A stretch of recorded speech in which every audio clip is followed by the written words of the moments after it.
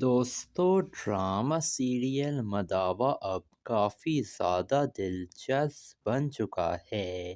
اب یہ آہل آتا ہے نویرا کے پاس اور اسے کہتا ہے کہ مجھے پتہ چل چکا ہے نویرا، تمہاری سیلری آ گئی ہے لیکن تم مجھ سے چھپا رہی ہو۔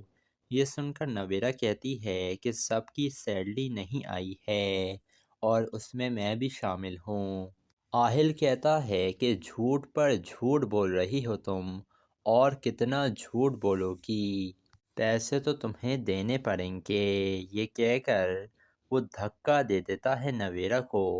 جس کے بعد نویرا فیصلہ کر لیتی ہے کہ اب وہ اس آہل جیسے گھٹیا انسان کے ساتھ نہیں رہے گی۔ وہ چلی جاتی ہے اپنے باپ کے گھر پر، لیکن جیسے ہی نویرا گھر کے اندر داخل ہوتی ہے، اعجاز صاحب تو اسے دیکھ کر کافی زیادہ غصے میں آ جاتے ہیں اور کہتے ہیں تمہاری ہمت کیسے ہوئی اس گھر میں آنے کی،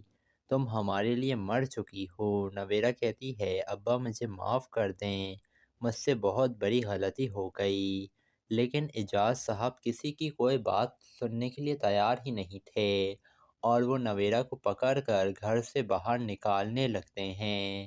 نویرا کی ماں کہہ رہی تھی اعجاز صاحب ایسا مت کیجیے،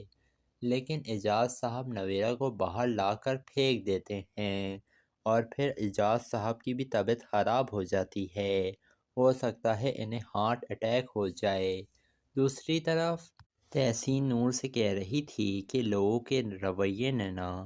مجھے تلخ بنا دیا ہے، سمجھ ہی نہیں آتا ہے کہ کون آپ کے ساتھ مخلص ہے اور کون آپ کے ساتھ ہمدردی کر رہا ہے۔ جس کے بعد یہ ملتی ہے باہر عالیان کے دوست سے